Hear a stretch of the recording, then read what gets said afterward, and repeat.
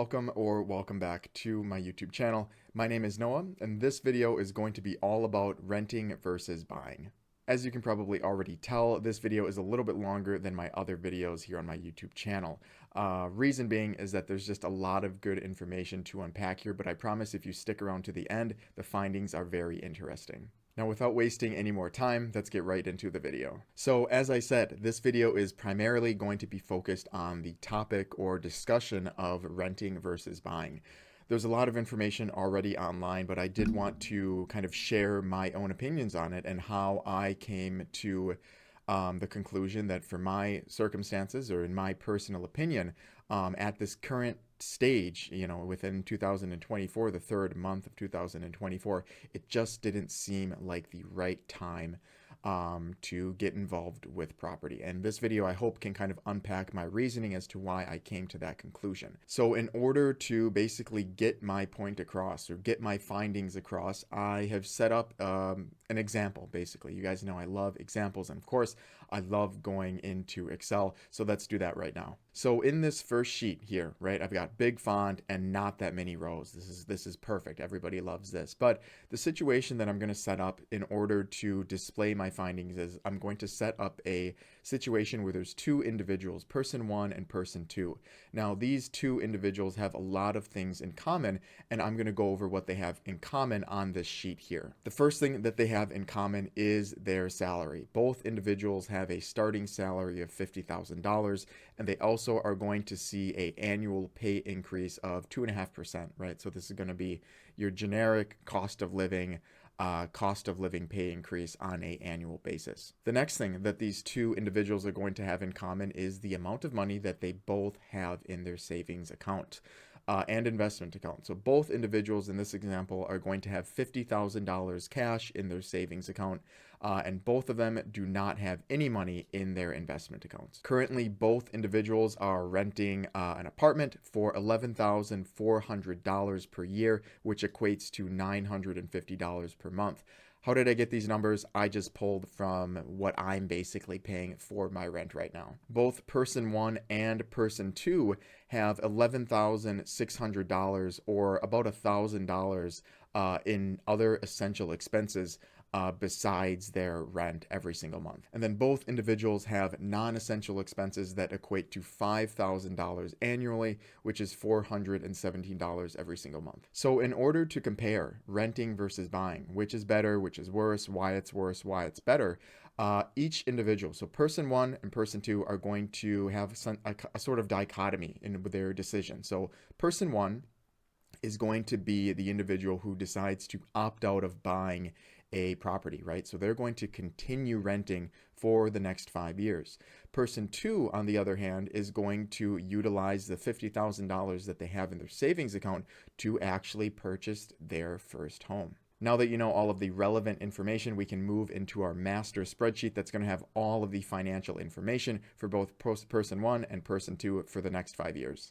Okay, so here we are in the Excel sheet that we are going to be using for the bulk of this video. Basically, this is where all of our relevant information is going to be, and this is where you're going to kind of see what I've put together for a comparison between an individual who doesn't decide to buy a house and an individual who decides to go all in on a property. So I'm going to explain kind of the left side of this Excel sheet right here, and it's going to be reflected over to the right side as well, but I want to make sure that you guys have a solid understanding of basically how things are working here. So this is person one on the left hand side here, and what the first section here is looking at is essentially tracking their annual salary for a 5-year period, right? So we know that they're going to start at $50,000. We're going to assume, of course, like I said, that they're going to receive a 2.5% raise every single year to account for inflation and so on.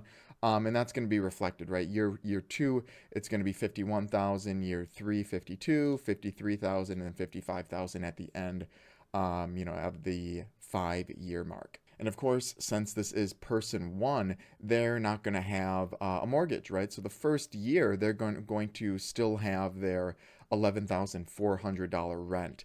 And we are going to assume that person one and person two have very similar non rent or mortgage related essential expenses, right? So medical bills and so on, just for the sake of example. And those are going to start at $11,600 for the two of them for the first year. So in this example right here, the first year for person one, their total for basically essential expenses, broadly put, between their rent and other essential expenses is going to be $23,000. So that's one thing, that's one important detail to note. The other detail that I want to mention is the non-essential expenses that person one is going to have.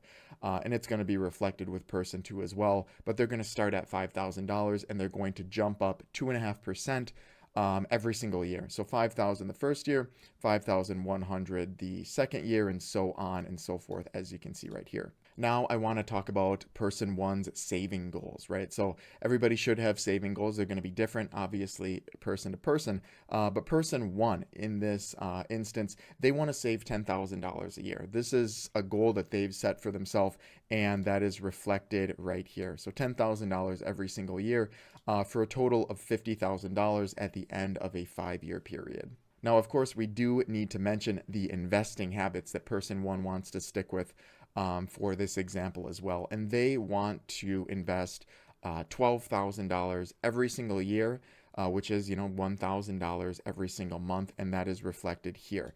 If you're paying attention, you probably see a pretty big number right here, $62,000. It's not $12,000, right? It's not the total either, and we're going to get into why that is $62,000 in just a bit here. So now that you know the general layout of person one, which is, like I said, going to be basically the same layout for person two, I'm going to reveal some numbers here that I want to explain, and hopefully you get kind of a better idea of what things are going to look like at the end of a 5-year period for person one. So, boom. If you look at the essential expenses, as you know, it starts at $11,400 for rent, and then $11,600 for other essential expenses, for a total of $23,000 for the first year. And of course, like I mentioned, things are going to adjust with inflation. So their rent is going to go up year to year 2.5%, and their essential expenses, other essential expenses, are going to go up 2.5% every single year as well. So you can see the total for the first year is $23,000, and at the end of the 5th year, it's $25,000. Now, the other detail that I want to mention for person one before we move on to person two are these numbers right here. So I just exposed them. They're right down here. And what these basically represent are the ending balance of this individual's investments, right? So they opened an investment account. As you might recall, both person one and person two start this example with $0 in their investment accounts, right? In the first year, person one is going to put in this $62,000. We're going to get into why that number is $62,000 in just a bit. And then the next year, it's going to be 12, 12, 12, 12. And these numbers next to them on the right side are basically going to reflect what their total balance is going to be in this investment account. So how I got these numbers is essentially using a 8% return, something simple, right? It's a relatively conservative return rate if you invest, in very reliable funds and so on. So I think that's relatively reasonable. But one thing to note is that the first year they've put in $62,000 of their own money, and at the end of the year they're going to have $66,000, right? As you see here, the same thing. They're going to put in $12,000, but now their total is $84,000 at the end of the second year. But at the very end, at the end of the 5th year, they've put in, right, of their own money a total of $110,000, right, total for 5 years. But now their return, right, their total balance is nearly $150,000. It's $146,000, which could very well be quite a bit higher than that, depending on, obviously how the market is doing. But that's one important detail that I do want to make sure that you understand here. So now we're going to move on to person two on the right-hand side here. So things are going to be really, really, really similar, right? So we start with salary. It's going to go up. The same 2.5% as person one. The things that are going to be a little bit different are going to be the expenses, right, naturally. And this is where I'm going to bring in the house that this individual is going to buy. So here we are on a little bit of a different dashboard. This is another dashboard that I've created that basically helps individuals plan for buying a house. So let me explain the way that I came up with the house that person two buys, at the start of this example. So I do know um, that the majority of my viewers, albeit there's not a crazy amount of them, but the majority of them are likely in the state of Wisconsin. So what I wanted to do is I wanted to create an example that maybe hit a little bit closer to home. So the average cost of a home in Wisconsin is about 285,000, just about. So I picked a home that was a little bit under that, right? So the home price that we're going to use in this example, the home that person B or person two buys, is a $250,000 home, as reflected right here. So what this means is that obviously this is the selling price of the home. And if you note from the beginning of the video, we know that person one and person two both have $50,000 in their savings account. So what does person two do? They want to put down 20%, for their down payment, which just happens to be $50,000 on a $250,000 home, right? The down payment is 50,000. Now their loan amount is 200,000. Their down payment percentage is 20% right on the dot, which brings us into the next variable, right? Which is the interest rate, which is a huge component. Not only in this example, but for buyers and sellers, all across the United States. Now, how did I come up with this, right? You can see right here, I'm using a interest rate of 6.73%. And the way that I did this, right, rates are changing quite a bit, but generally speaking, it's good to use averages. So what I wanted to do is I wanted to use a rate that was relatively modern, right? So what I did was for 2024, I know we're, about 3 months into 2024, but the average interest rate for 30-year mortgages for 2024 thus far is 6.73%. So I wanted to use something that was kind of, obviously it might be lower, it might be higher depending on, the circumstances of the loan and so on, but I wanted to pick something that was relatable at least to a lot of individuals. So like I said, we're going to use 6.73% for this example, and the loan term is 30 years, right? 30 years is because it's just really common. It's the most common term for mortgages and so on. So this will now lead our monthly loan payment to be $1,295 as reflected right here. Now, it's important to note that even though this number doesn't seem that high, right, we know that person one is paying $950 roughly for the first year. A lot of people would see this number and say, well, that's a great deal. I get a home and I'm only paying $300 more. This is a pretty sweet setup, but that's not the entire story. There's a few boxes right below the total monthly payment here that are absolutely essential when owning a home. The first one being property taxes. So you're not going to get out of this, right? It's just not going to happen. When you have a property, you're going to have to pay taxes on it. So the taxes that I've estimated for a home at this price in an area in my hometown in Wisconsin is going to be right around $360 per month, which is right around $4,300 on the year, I believe. So that's something that we will need to add in there, right? That's something that needs to be paid in order to have this house. The second detail is insurance, right? You're not going to have a house and not insure it. It's a horrible idea. The average insurance premium per month that I found was about 130 to 140. So I just used 120 because I thought it would be, a relatively friendly number to use for person B in this example. The next box that I have here are HOA fees. Now, I didn't want to touch on this just because it just depends on the area. I know here in Austin, HOAs are a huge ordeal and a lot of people do not like them. I don't really know how it is back in Wisconsin, to be quite candid with you. So I just left it as 0. I'm just going to assume that there's no HOAs for this property. Next is PMI, private mortgage insurance. It's 0 because they put down 20%. They don't have to worry about it. But the next box, maintenance, which is something that, of course, is going to be absolutely essential on a home, right? Especially if the home is older. And from my personal research, a lot of the homes that are on the market back in my area, back in Wisconsin and so on, are, 30, 40-year-old homes, the ones that are going for, 250,000 and so on. So you're not going to get away from it. And the way that I've kind of read up on to determine the average monthly maintenance cost is about 1 to 4% of the entire value of the home per year, basically. So this equates to about $300 per month for a home for this at this value. And I think I used about 2%. So I wanted to find 2% of the entire value of the home. So I didn't want to go all the way to 4 because I thought that would be a little bit unfair, but I wanted to definitely find some happy middle ground. We're going to assume that they're not putting any kind of extra monthly payment here. I don't think it's relevant for this example either.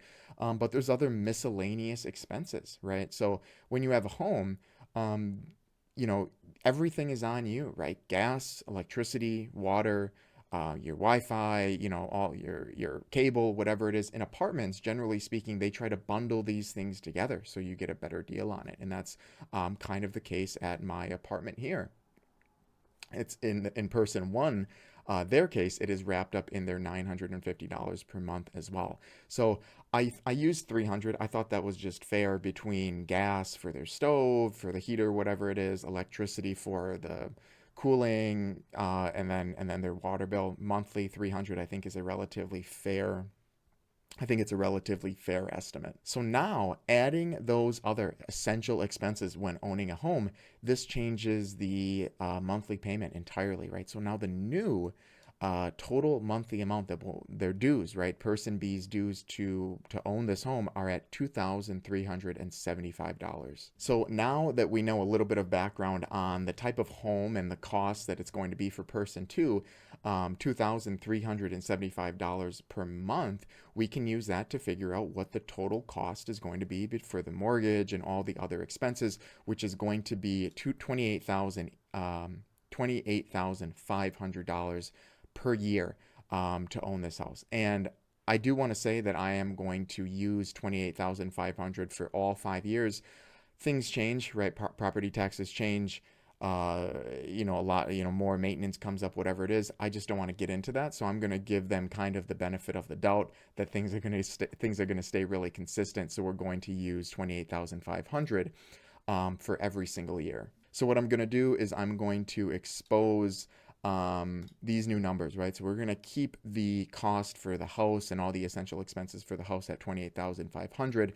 And other essential expenses, medical and so on, are going to be the same as person one. As I said, right, these are exactly the same. But now, if you notice, the total amount is going to be drastically different, right? 23,000 for the first year for person one staying in the apartment, over $40,000, 40,100 for person B who has just moved into a home. And it only goes up, right? It only goes up because of the other essential expenses going up with inflation. And like I said, I am giving them the benefit of the doubt, keeping the total cost to own that home at 28,500. If I'm being quite candid, I don't think that's going to happen necessarily unless they have a lucky 5 years of low bills and low taxes and low maintenance. That's generally just not the case. But for this example, I'm going to keep it consistent. And of course, the other details are pretty much the same, right? They want to save, or their non-essential expenses are $5,000 to start, and then they go up at 2.5% every single year. That's going to be the same as person one. And they have the same saving goals, right? They want to save $10,000 a year to have $50,000 at the end of 5 years. Very reasonable. And then their investing is the same as well. They want to invest $12,000 every single year, which is $1,000 every single month. Now, this is where things are going to get quite interesting. Thank you so much for kind of sitting in while I set up the entire situation. But now you should probably have a decent understanding of, person one and person two scenarios. So I want to point out one detail in person one for just a moment. So if you noticed, I didn't go over these numbers up here, right? 0, 550, 1,000, 1,600, 2,200. Now, these numbers represent the amount of money left over after all of their things have been paid for, after they've paid for their rent and other essential expenses, after they've paid for non-essentials, after they've saved their $10,000, and after they've invested $12,000 as well. So you can see that the first year, there's no money left over, right? They take care of everything that needs to be done, and that's it. But year two, assuming that they do exactly the same, there's $500 left over. And year three, there's 1,000. Year four, there's 1,600, and then year five, there's over $2,000 left over. So that money could be put anywhere. That right? They could put that into savings. They could put it into investing. They could spend it on more activities and so on. But I want to show you that there is money left over for person one. After they take care of all of their expenses. Pardon me. And this brings me to my next point, right? I did mention that I was going to come back to this. The reason investing in the first year for person one is $62,000 is because instead of using the $50,000 that person two used for their down payment, they took that money and just invested it, right? So the first year they would have put in $50,000 on the same day that person two would have put that money down for their down payment, and then after that, every single month they would have put in $1,000 for a total of $62,000 on that first year. But now I want to show you where things get pretty interesting. So as we see here, right, we know that there's leftover money for person one every single year except for the first year. Let's see what the scenario is for the first year for person two after taking on, the house and everything that comes along with it. So, right, first year, we get this number. What is this, right? If you're not familiar with accounting, generally speaking, if you have a number that's surrounded by parentheses as this one is, this is a negative number, right? So this can be good or bad. It's good if it's taking away from a balance that you have, right? So, money is coming off of the balance. It's bad in this scenario because this essentially means that we are $17,100 over budget, or another way to put it would be $17,000 needs to come from somewhere in order for us to not, put money on credit cards, right? Go into debt, right? Go, file for bankruptcy, whatever you want to call it. So this money needs to come out of somewhere. And generally speaking, we can't pull it out of the cost for the mortgage, right? We can't do that. And other essential expenses, it'd be really difficult to pull from there. Non-essential expenses for person B are already only $5,000 for the year, which is extremely low. So where people pull this money from is generally saving and investing. So that's essentially what we're going to have to do in this case. So generally speaking, people like to pull from investing before they pull from savings. It depends on the individual, obviously, but people like to see their savings go up, right? Naturally, because it's hard cash. They can pull it out whenever, they can spend it whenever, and so on. So they usually pull from investing first. So maybe we turn this, maybe we decrease this a little bit to 2,000, right? Now we can see that we're still short $7,000, right? So this is quite a bit of money. Obviously, we don't have any more money from investing except for the 2,000 that's in there right now. But this individual still wants to keep investing, right? So if we make that zero, that kind of that puts them into kind of a tough spot. So now they're left with pulling from their savings. So let's make the saving for the year 3,000 instead of 10,000, and that gets us to negative 100, right? So for the sake of example, these aren't going to be perfect zeros. A negative 100 is close enough for just the example that I'm trying to explain to you here.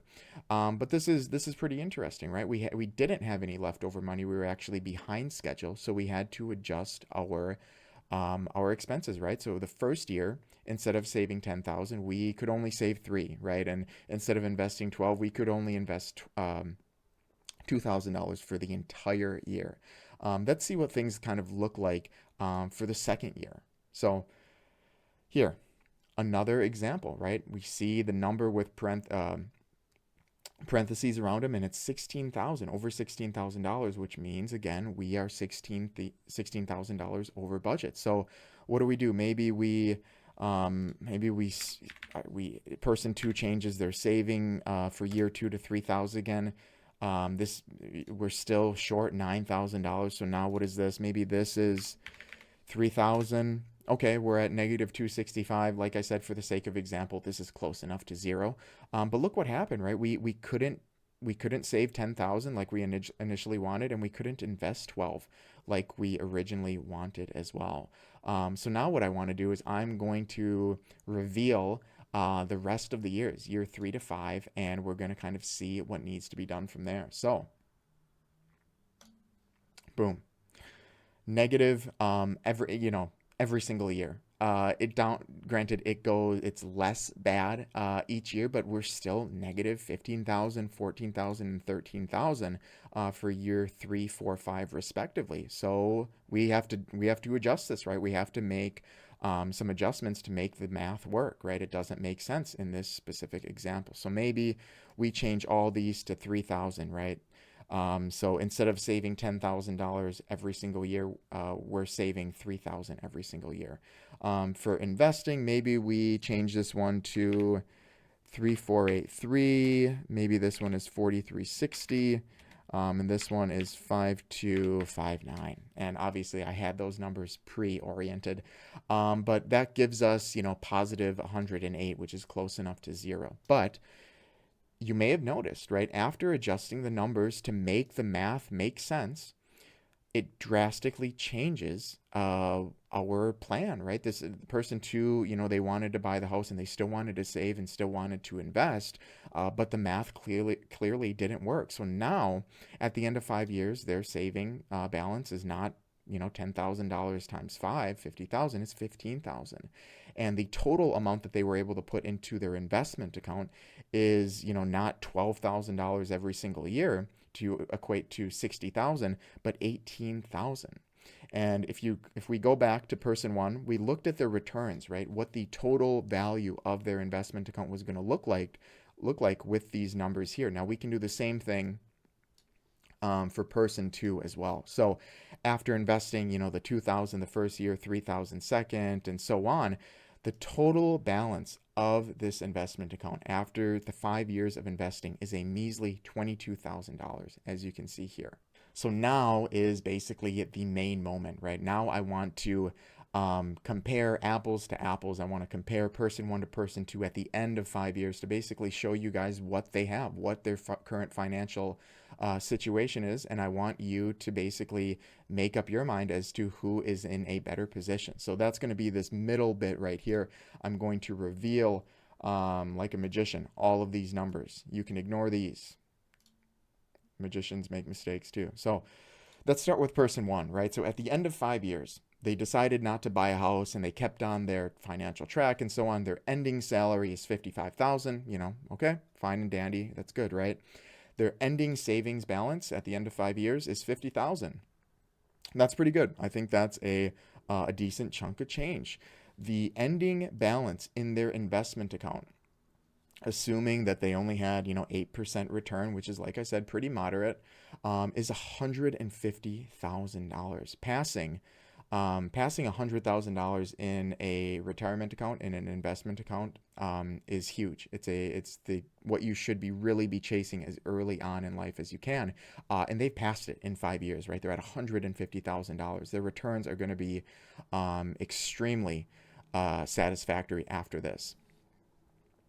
The other detail that I want to note for person one for that kind of a 5-year summary is that they've spent $59,000 on rent, right? It's no small change, but stuff costs money, right? Living costs money, food costs money, everything costs money, and it just so happens that they're going to pay $60,000 for rent for a 5-year period.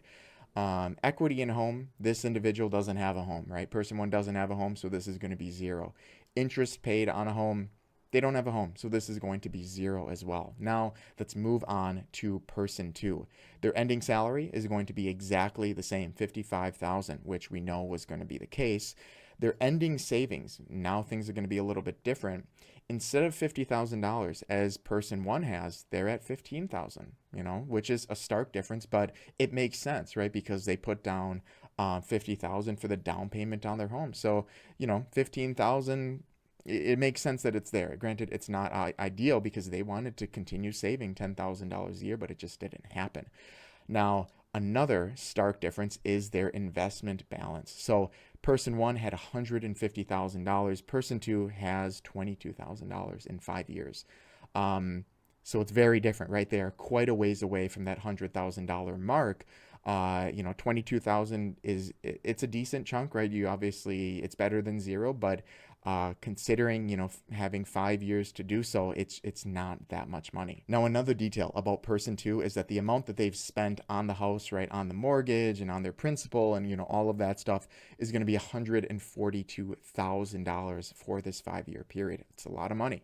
The equity in the home, right, which is a good argument that a lot of people make, kind of the toss up between putting money into investments or investing in a house, you're going to build equity, right? And they've built $62,291, which is essentially the down payment that they've put forward and all of the principal payments that they've made towards their house. So they do have equity in the home, which only really matters if you decide to sell, right? But the other detail that's extremely important is the interest that they've paid on this home in 5 years. Just the interest that they've paid in 5 years is $65,000, right? This doesn't go towards equity. It goes to the bank, right? This goes to line their pockets because they were the ones that they lent out the money in the first place. So as you can see, there's a lot of things going on here, but I hope this was a really good structure to kind of show you what the end of 5 years would look like if you were person one and if you were person two. And I think there's a lot of discussion here.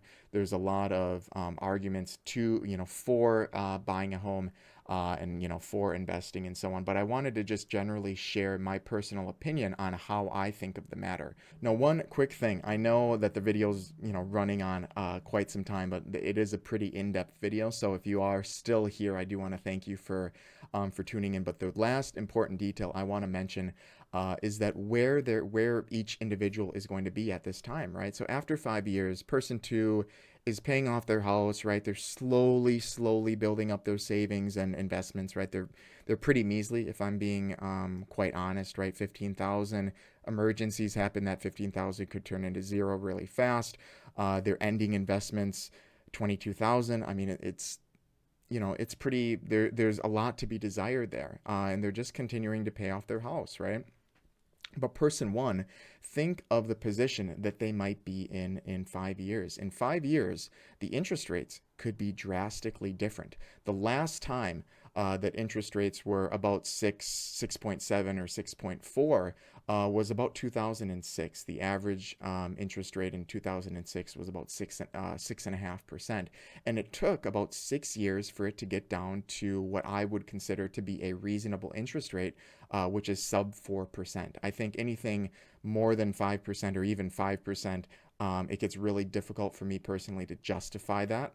But that's how long it took. So think of being person one in this scenario where they're patient with buying a home. They wait till things are more affordable, and now they have a chunk of change to put away on a down payment, right? $50,000 at a lower interest rate is always something that's desirable. And they also have $150,000 in their investment account to get their retirement going. So I'm going to leave that there, and I hope you guys can I hope you took away something from the video, and I want you to be able to basically make these type of educated decisions on your own, and I hope this was something that was beneficial for you. If you've made it this far in the video, thank you so much again for tuning in. I know it went on far longer than I wanted it to be, but like I said, there's just so much good information here that I wanted to make sure that I really painted the whole picture in regards to justifying my reason for not buying a home in the current interest rate status. But of course, I want to hear from you, the viewer, as well. What do you think of the examples that I've put forward here? Do you agree with them, or is there something that I am missing here that would be very beneficial to include in the next video? Please let me know in the comment section below. And of course, if you are looking to augment your personal financial status using financial analysis and personalized budgeting, that's exactly what I do here at AFA. If you have any questions for me personally, or if you'd like to take a look at the financial services that I can provide to you, I've left my email and a link to my company website in the description box below. As always, thank you so much for tuning in today, and of course, happy financing.